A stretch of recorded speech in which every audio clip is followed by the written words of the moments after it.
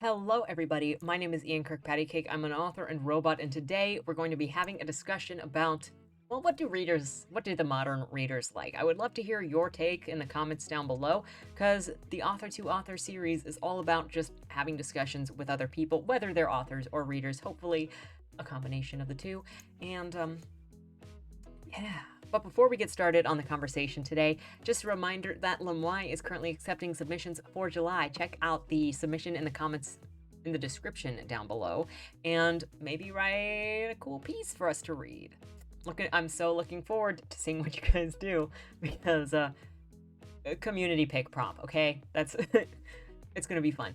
So with that said, let's get into the discussion. The question this time around was, what do you, the modern reader, look for in books, and or if you've got friends or family that you talk to about books or writing or storytelling, what do they look for in good modern day storytelling? Because let's face it, hopefully, generally, authors should be readers, but we're all enjoying stories one way or another, be it through video games or movies or television shows or books.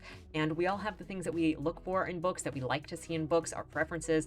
None of them are necessarily wrong, unless you just have bad taste, then you're wrong. But as writers, it can be hard to tell, what is the pulse of the reader. Social media doesn't really give you a good chance to figure that out, what generally people want to read or see in storytelling. So kind of ironic that I'm getting these responses through social media, but still keep just know that they're from social media. And still, I'd love to hear what your thoughts are. If you're a reader or an enjoyer of storytelling, what do you look for in stories that you enjoy, and what are things that'll turn you off in stories that you don't really enjoy?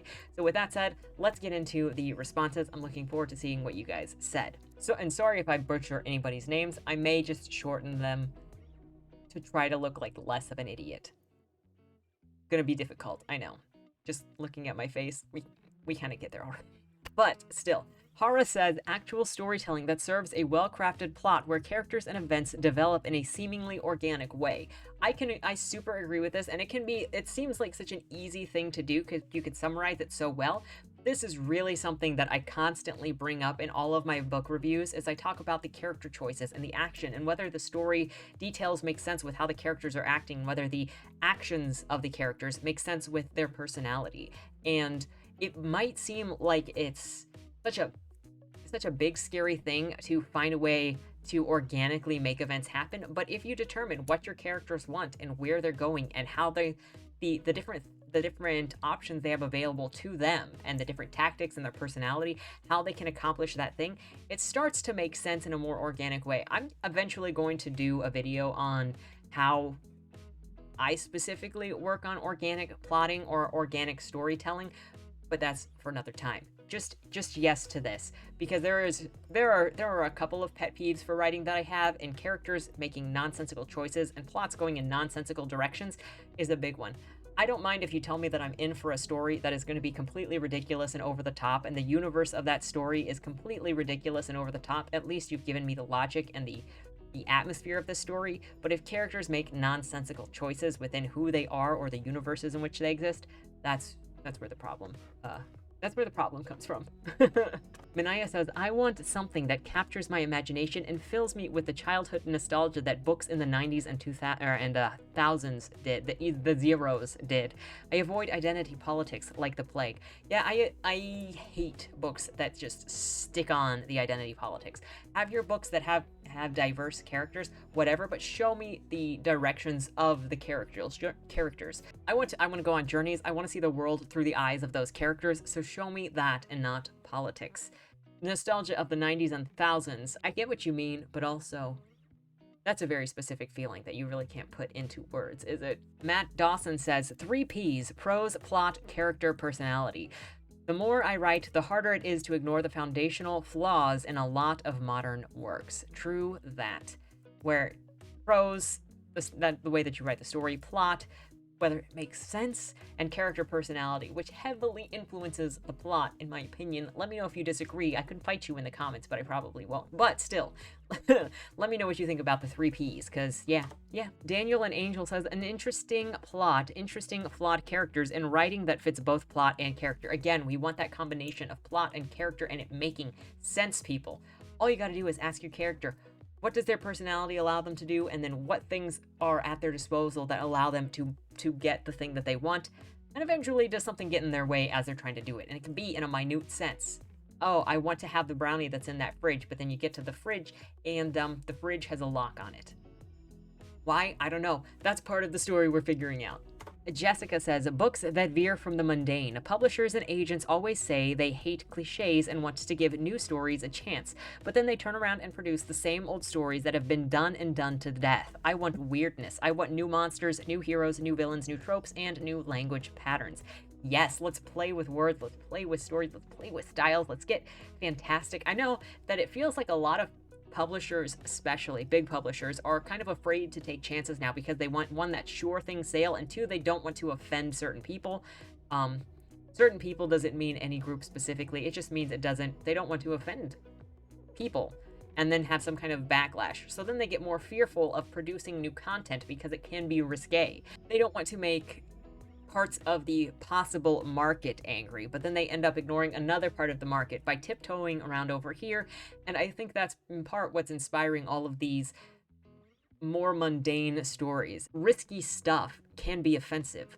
Technically, let's be honest, stuff like Lucifer would offend Christians because you are sympathizing with the devil. But you do that, one, for the art, and two, for the storytelling. So if it's okay to offend the Christians with an ideal with a victimized version of Lucifer and make him sympathetic, why not just risk offending other groups, just letting art speak and coming at stuff with different diagonals, different directions, and risk that offense? At least it causes a conversation, right? Maybe, I don't know. The Awaken says, my favorite book of all time is Betsy's Winter House. When I want to escape, I read it again. I like just a simple little mystery with some laughter along the way, escape to the garden, swing with some coffee, and a good book.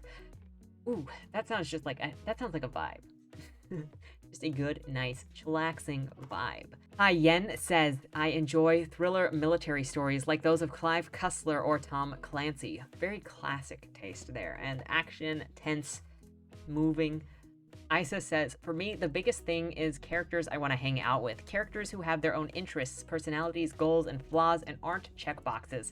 It's hard to describe one thing for that because characters can come in many flavors and be enjoyable, whether they're heroes or villains. They can be the exact opposites and both be fun and interesting, but the personality needs to be there. And if you can see why they do what they do, it helps a lot, even if you disagree with them. I really agree with this and I really like this. More often, and I'm not saying there's anything bad about anybody that does this, but more often I keep seeing people talk about like their main central characters being kind of blank, more of a blank slate. It's kind of like the Bella Swans, where they're kind of average, there's not a super lot of personality, and it's there in order for the reader to kind of self-insert into that character and just live through that character as an avatar. But I much prefer having characters who have strong convictions or strong personalities, even if they're exaggerated, and following those characters through their decisions. I obviously enjoy exaggeration because I write satire, and just pretty much everything I write contains satire and exaggeration and absurdity, so take that as you will. But I am with this, which is just show me people that aren't soggy, wet rags with no personality that are waiting for me to fill in their personalities. Amazing Gaming Pro says, my list on what makes a great story keeps getting longer. I want a story that still has a mystery after it, where I wonder what will happen next, even after it's done. I want it to be solid prose. I want the characters who feel things deeply and passionately, who have fears, insecurities, and interests. Deep characters, deep feelings. And that's also one of those hardest things to recommend when people ask about books, because everybody responds, since feelings are subjective, everybody responds to different situations and different characters in completely different ways. I couldn't recommend you any books that make me feel because books don't make me feel, but I can recommend you books that I'm interested in or that I enjoyed or that have an interesting perspective in them. But I know lots of other people in general that have emotional connections or emotional reactions to contents in books. And there is a big call for emotional connections in books, I can tell you that for sure. Shades of Flame says, I love stories that have approaches to the flow that are unique. And avoid stereotypes and cliches, showing an experience from a perspective or more than one that does not fit the mold and that is intelligent and thoughtful, avoiding the templates and pulling my mind out of the familiar rut, sometimes even teaching me something in a way that feels illuminating rather than educating. Engage my mind, my heart, and let me see, feel, and think. No pressure. Oh yeah, no pressure is right. Just getting a big stack of make me feel something, but don't show me something familiar. Just show me something. Flame, you're gonna be a hard customer, I can see. Mecha Bay sequence says putting the story above the adjectives that you can use to describe the characters. Frick yes, I cannot describe how many times I put down a book or I won't even pick up a book because it uses adjectives on the character. And not like normal adjectives where you go, an over-enthusiastic journalist in your tagline or your quick synopsis, but it's like, my character falls into this identity box. I don't freaking care. If it's not important to the story, I don't care, and it's a sales gimmick and I'm not into it. Tell me what the story is about, not what adjectives you can describe the character with. That's like one of the quickest ways that you could turn me off to reading whatever it is you use. Whatever it is you're doing, because you're selling me a gimmick. Jonathan is a diabetic detective solving mysteries. Okay, but what is the story about? Hyperborean says there is an increased buzz about people waking up and everyone has more or less good ideas. What this insinuates. That implies everyone has a tendency to confirm the notion and even the belief of consciousness as a common cross point of a central avenue, and everyone as a reader would appreciate a lead or an invitation to connect dots of that intricate idea. Any part of cultural spectrum could provide, but reading is the most spectators' involvement and is what I expect from a good read. So it looks like, if I read this correctly, I may not be smart enough to decode this, but it looks like something where you can follow along the dots and decode a story and spectate the story in a way that you can decode what's going on. Waking up, finding out what's going on with the world through that character's eyes. Midnight Star says, one thing true for most of readers and genres is the unraveling of a mystery can be a literal mystery like the killer in the police novel or a discovery of an interesting, well-built fantasy world. The discovery of the protagonist's lives or pasts or sentiments, the tech and physical rules in the sci-fi universe. Yes. Everybody likes to, not everybody, most people like to discover the universe that we're living in, the story. That's kind of, I think, one of the ways that I like to describe when I'm reading or storytelling is show me, when I'm reading, I'm not doing it to connect emotionally with a character, but I'm getting a glimpse into a world that only an author sees. And that author is presenting me that world through their eyes, through their mind. And it's something that I could not experience without getting to know that author, without picking up that book the author made. The author is sharing with me a unique universe and unique ideas, which only they can present because I'm seeing a point of view that is their own. It's not the premise that's unique. It's the universe in which I'm being shown through the author's eyes, through their characters.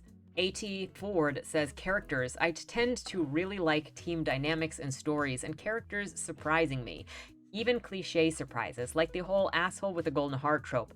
Love it. I love it too. A romance suddenly blossoming between two characters who don't get along. Love it. The super sweet character turning out to be a secret badass. Love it. I love tropes. I don't know why people have problems with tropes. I also love tropes. H.E. Ford. The writing itself, too. So much writing these days is just terrible in the technical sense. The author has fallen in love with storytelling, but not the actual process of writing. These people should be writing for movies or even comics, but never novels. Your writing doesn't have to be complex, and please don't make it flowery, but it should be solid. I wish I could explain it better than that. Suffice to say that not a lot of modern fiction outside of literary stuff seems to take this aspect of writing novels seriously enough. A great novel means good storytelling and good technical skills. You can write a good/decent novel with only one of those, but nothing more. I think I get what you're saying, and I can understand how it's difficult to describe, because between reading so many different types of fiction, I feel like I see that as well. And by looking at more modern fiction and less modern fiction, I see that as well. Like the prose in 120 Days of Sodom is very different than any of the modern prose that I've read with, like, One of Us is Next, When No One is Watching, the Fighting Storm trilogy. Even so, I got this new book. This is what one of them that I'm reading right now, called The Butcher Boy by Patrick McCabe, and it was published in '92. And it is going to bother a lot. The prose in it would bother a lot of people. Because it doesn't follow typical convention. It looks like it is trying to be a little more literary, but it's more like somebody telling a story. It doesn't have any quotation marks, and it's really just somebody going, and then mama was like this, and I was like this, and so you don't really have, it's all in dialect. It's all in an Irish person's dialect, and you don't have the normal story structure.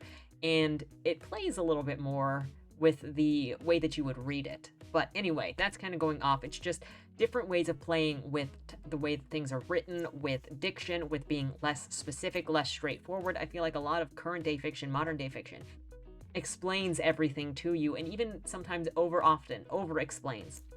I talk about this a lot, where they over explain all the motives for everybody, and it doesn't elevate the writing. It does feel different, but it's but it's hard to describe. TJ Vista says, for fiction, characters that have flawed yet likable personalities, well thought out plots, and no radical politics as well. I also do enjoy good action scenes. Yeah. I hear that likable characters is kind of a quality so many people require. And don't let your likable is so subjective too. I mean, Hannibal is not a good guy character, but likable.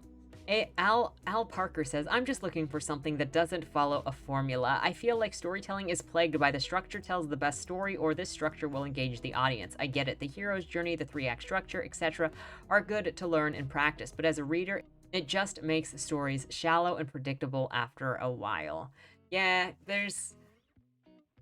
I can't lie. I do break my story up into 3 structures, but they're just so that I can recognize this part, and this part. It's not very formalized.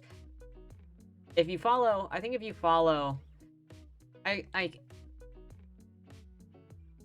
I can see where you come from. If you follow formulas very, very closely, it's a great way to get started. But if you follow formulas very, very closely with everything that you do, you're going to end up with stories that kind of are very similar in every single way. And it's not a problem in my opinion. It's really not going to be detrimental to your writing if you follow some sort of stuff loosely, but adjust it as you go, because then it's kind of. But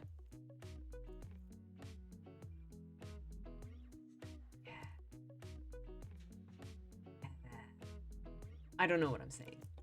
Mr. May says, high fantasy, fiction, sci-fi, grimdark, basically any of the aforementioned is either a short or an epic. I'm not too picky, with the exceptions that the story should be engaging and not pushing current day political stuff. Thank you for the question. Thank you for the answer, Mr. May. It just sounds like that people want to have fun, people want to have characters, people want to go on adventures, have journeys, and just have escapism, really. Davo Runner says, I'm an avid reader, but I've been more interested in reality and facts recently rather than fiction. Politics has invaded most spheres, and that's a real letdown. But genuine, honest, well-written stories of any kind are what really keep people interested. Yeah, and when you've got politics invading every form of everything else, it's like, why bother reading if I'm just gonna get politics inside of my reading, just like if I was looking at the news? You gotta give people something else that they can get that's not the same as what's on the front page of MSN. Deception says, a story about a spinning wobbly ball that everyone lived on. That would be funny. Hey, we got a direct story request right here. I think there are some talented people in the writership here that could do this for you. Amazing Gaming Pro came back saying, it's about characters and impossible choices and situations. The more insane the odds, the more I will be rooting for them. Insane odds. See, some people would see insane odds or insane situations and be like, I can't get on board with that. Other people look at the insane situations and go, okay, I want to see where this goes. Personally, I enjoy very weird or different stuff and bizarre stuff and strange situations. Normalize strange for me. That's what I like. I also like to write kind of, this is different, but everybody thinks that it's normal. Everybody treats it that it's normal. That's kind of like what I did with the Dead End Drive, where you've got very casual murder. Everybody is just like, yeah, cool, that's just how it is around here. And the way that the death is dealt with in Bleed More, Body More, coming out this fall, very similar to that. Art Parlor says, I'm looking for a book with a real protagonist and not a blank slate I can project myself onto. If, going off the typical Pinterest quotes, book characters are like good friends, why would you want a bubble-headed nitwit on your squad? We got another person that's like, I want characters that are characters, not something that I can put myself on. I'm down for this. I want to see the way that you interpret the world, the type of characters that you see, the type of characters that you create, personalities. That is what I love as well. I mean, even though I didn't like the Fighting Storm trilogy, and I'm bringing it up since it's the most recent book review that I did, I can at least admit that I saw in Vic and Kelly personalities as they relate to the author's writing perspective. They weren't blank slates. The Real Najin says, my favorite author is Banana Yoshimoto, and aside from my works, hers, Mark Loiner's, and sometimes Neil Gaiman's, I haven't found enough of magical realism genre. That being said, it's been years since I read a book. I listen to roughly 30 podcasts a week, all true crime. Well, number one, you're probably not finding magical realism by listening to 30 podcasts of true crime. But 30 podcasts of true crime a week is insane, dude. I don't know where you'd have the time to read. But I also love magical realism. I also don't think that it's quite as commonly used, but I very much enjoy magical realism as well. Unrooted says, as someone who reads modern sci-fi, when I can find stuff that doesn't make me cringe, but usually has to settle for things from the 1950s through the 1980s, I'm looking for an escape from the misery of the real world. Yes!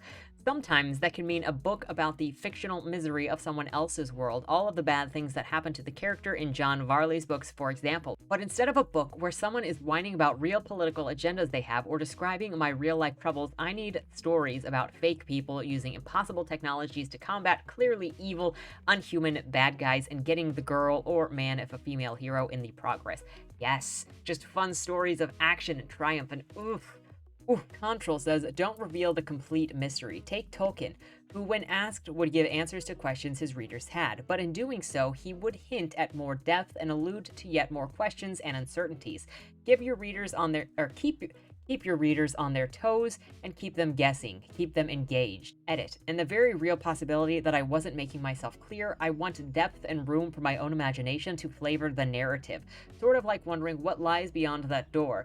If it turns out to be a supply closet, well, my day isn't made any more interesting, but the speculation would feed me.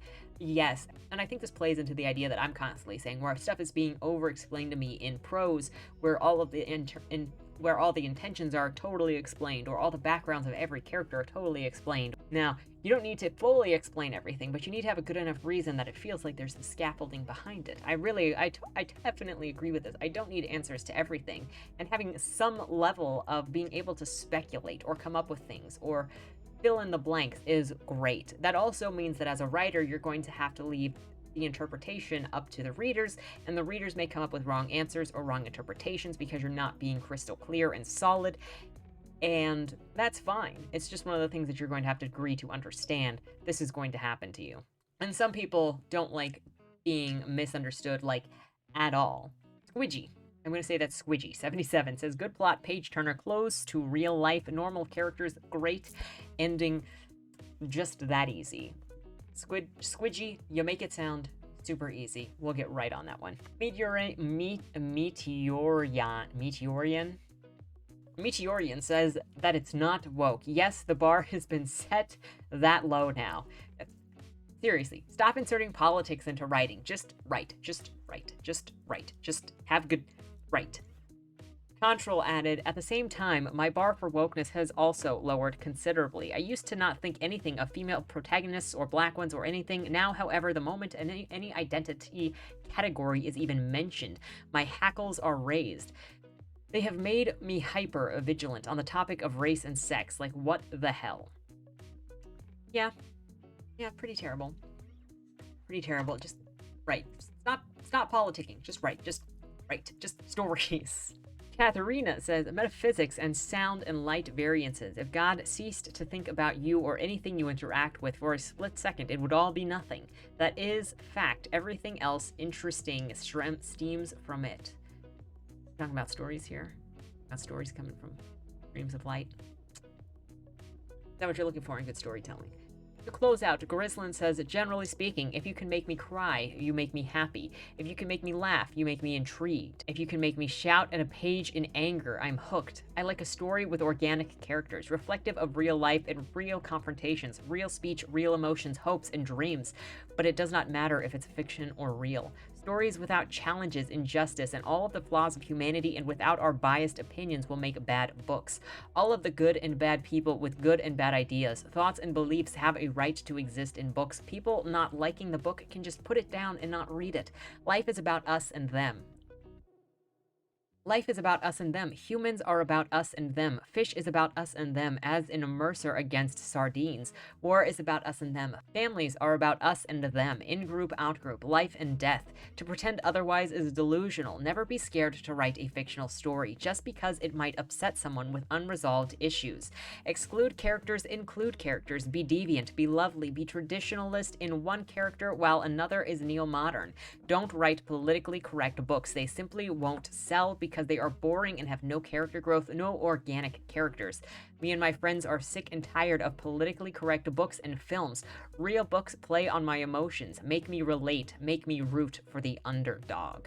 And there you have it. Characters, stories, no politics, just fun. Let's write about people. Let's write about the imperfections of people. Let's let them struggle and succeed and have love and have successes and have failures and all of the delicious things that I love in writing. What do you guys think? If you didn't get the chance to answer the question on Minds, well, number one, head over there, join it. That's where I post the questions for the community. But what do you think? Let me know in the comments down below. What are you, as a modern reader or a modern enjoyer of storytelling, looking for in stories? What do you avoid? But more importantly, what do you specifically love to find in stories? I can't wait to hear from you. Thank you so much for joining me here on the channel for this discussion. My favorite thing is always interacting with other readers and enjoyers of storytelling. Ugh. That is why LBRY is the best. I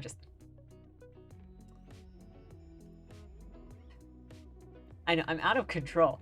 If you enjoy this sort of content, please remember to like, share, subscribe. The next question will be posted, is already posted on Minds if you want to join it. With all that said, thank you so much for watching. Have a great weekend and don't die.